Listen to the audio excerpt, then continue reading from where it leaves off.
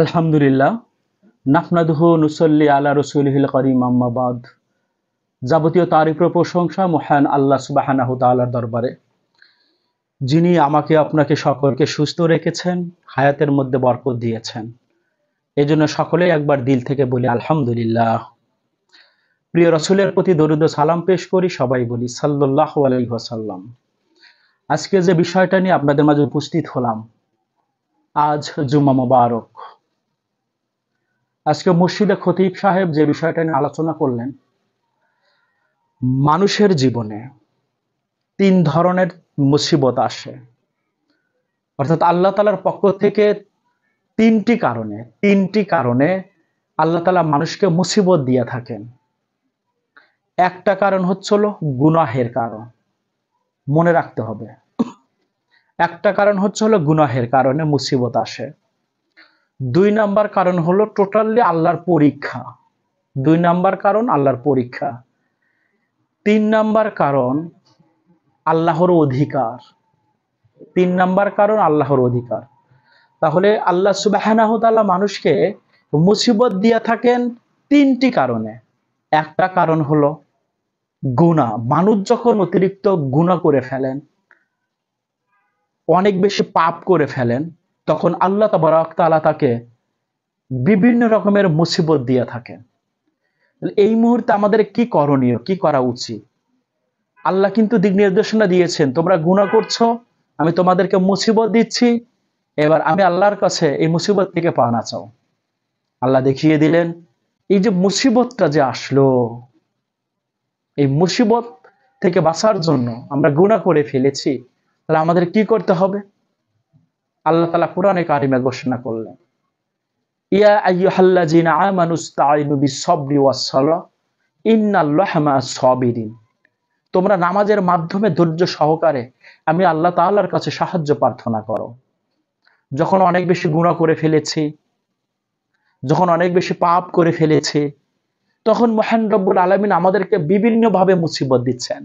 শরীরের অসুস্থতা, ব্যবসা বাণিজ্য লস, চাকরি চলে যাওয়া, বরকত উঠিয়ে যাওয়া, ছেলে মেয়ের অবাধ্য হওয়া, এই সমস্ত কিছুই কিন্তু মুসিবতের একটা অংশ। তাহলে সেই সময়ে আমাকে আমার পাপটা স্মরণ করে নামাজে দাঁড়িয়ে নামাজের মাধ্যমে আল্লাহ তাআলার নিকট আমাদের সাহায্য প্রার্থনা করতে হবে। নাম্বার 2 নাম্বার হলো আল্লাহর পরীক্ষা। আল্লাহ সুবহানাহু তাআলা শুধু খারাপ বান্দাদেরকে, পাপিষ্ঠ বান্দাদেরকে মুসিবত দেন না, আল্লাহ সুবহানাহু তাআলা তার প্রিয় বান্দাদেরকেও মুসিবত দেন। আল্লাহ তাবারক তাআলা পরিষ্কারভাবে কোরআনে ঘোষণা করেছেন, সূরা বাকারার 155 নম্বর আয়াত, ওয়ালা তাকুলু লিমান ইয়াকতালু ফি সাবিলিল্লাহি আমওয়াত বাল আহইয়াউ ওয়ালাকিন লা তাশউরুন ওয়ালা নাবলুওয়ান্নাকুম বিশাইইম মিনাল খাউফি ওয়াল জুই ওয়া নাকসি মিনাল আমওয়ালি ওয়াল আনফুসি ওয়াস সামারাত ওয়া বাশশিরিস সাবিরিন। আল্লাহ সুবহানাহু তাআলা তার প্রিয় বান্দাদেরকে পরীক্ষা করেন, প্রিয় বান্দাদেরকে পরীক্ষা করেন বিভিন্ন ভাবে। এখানে অনেক কিছু উল্লেখ করেছেন, ভয় দিয়ে, ক্ষুধা দিয়ে, ধন দিয়ে, সম্পদ দিয়ে, জান দিয়ে, মাল দিয়ে, ফল ফসল দিয়ে, যে তারা আমার প্রিয় বান্দা, আমার সুবিধা ভোগ করে প্রিয়, দেখি তাদেরকে বিভিন্ন মুসিবত দিয়ে দেখি তারা আমার প্রিয় হয়েই থাকে কিনা, আমাকে এভাবেই ডাকে কিনা, আমার প্রতি এরকম আস্থাই রাখে কিনা। সুতরাং 2 নাম্বার, আল্লাহ পরীক্ষা করে থাকেন তার প্রিয় বান্দাদেরকে। এই জন্য আমরা কখনোই পরীক্ষায় ফেল করব না, আল্লাহ তাআলার পরীক্ষায় আমরা সকলেই উত্তীর্ণ হব, কৃতকার্য হব। আরো অনেক ব্যাখ্যা বিশ্লেষণ রয়েছে। 3 নাম্বার মুসিবত যেটা, সেটা হলো আল্লাহ তাআলার অধিকার। কিসের? আল্লাহ তাআলার অধিকার। 3 নাম্বার মুসিবত আল্লাহ তাআলা দিয়ে থাকে। আল্লাহ তাআলা আমাদেরকে সৃষ্টি করেছেন, আমাদের উপরে আল্লাহ তাআলার সীমাহীন অধিকার রয়েছে। সুতরাং আল্লাহ তাআলা অধিকারের উপরে আমি কেন পাপ করলাম, আমি কেন গুনাহ করলাম, আল্লাহ আমাকে মুসিবত দিলেন। আমি ভালো কাজ করছি, ও ভালো। আমরা দেখবেন কিছু কিছু সময় স্কুলে ভালো ভালো ছাত্রদেরকে বেতের আঘাত করে, খারাপ ছাত্রদেরকে করে না। কেন করে না?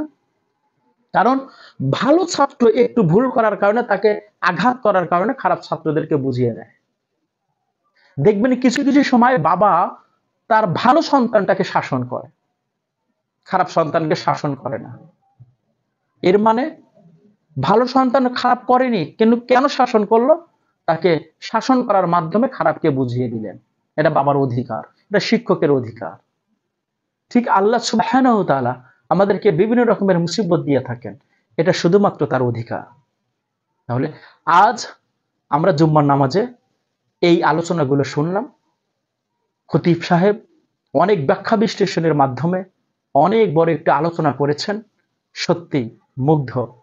আমি সকলকে বিনয়ের সাথে অনুরোধ করব, আমরা সকলে ইসলামের ছায়াতলে আসি, ইসলামের জ্ঞান আমাদের ভিতরে ঢুকিয়ে ফেলি, তাহলে সমস্ত বালা মুসিবত আমাদের কাছে মোকাবেলা করা অনেক সহজ হবে ইনশাআল্লাহ।